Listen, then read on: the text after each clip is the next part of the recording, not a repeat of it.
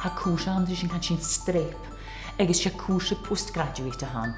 Fer fel teacher yn gachwyd bwnsgol agus art school y tîm y ywnsach baroch mwy'n ffilm troi'n y Gaelic agus y ywnsach brioch ys nang hwsbar, no cwsbarin ma hadas y bwnsgol hyn agus yn wrson had y ffein corym ni sgilyn sy'n y chwrs gyffeim an sa chlas agus yfad cwdioch ma had y giori sé cwsa 30 pwynt credes a sy'n ag i'r postgraduate taught. Ach fyddiad cwdioch cwsa ianw y cnwasach ag na had ar ywnsach agus yfad 30 pwynt credes ele son sy'n agus ha sy'n tod gaif 60 credes y teifysdwy masters ma had y giori sy'n ianw. Cyrrish Cwyg. Sy'n ag de. Fa mi txekas tron fiorla. Is een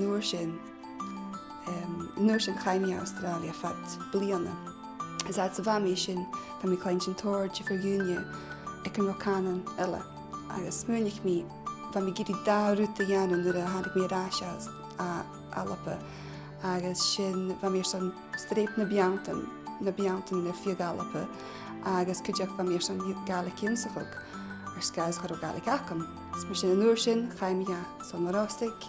Agus ysdreisyn fa mi horsig mi txekas gan nirigil agus foig trofianna Gaelic yn atje björla agus feskanja. Agus sy'n yn ryd ysdreisyn horsig mi anna hio hamis nam hianwrs dynish dan yn bynskol falig agus ha cwrs dy grwn gymor. Sy'n yn mi anna fa acum. Nyr horsig mi yn rad sio fa mi son y fi nam hianwrs ach a bhín am cheannair de búnscoil ag bhfuil Gaelic agus bearla ha ddíireach miarmhalach. Ha mars gas go bhfuil goúrin go a cuideach gan an dá roin agus ha ddíireach scannas chas tá mi txekas tro na Gaelic agus sin na cordach dún cuideach. Scanne Grace! Yes! Yeah!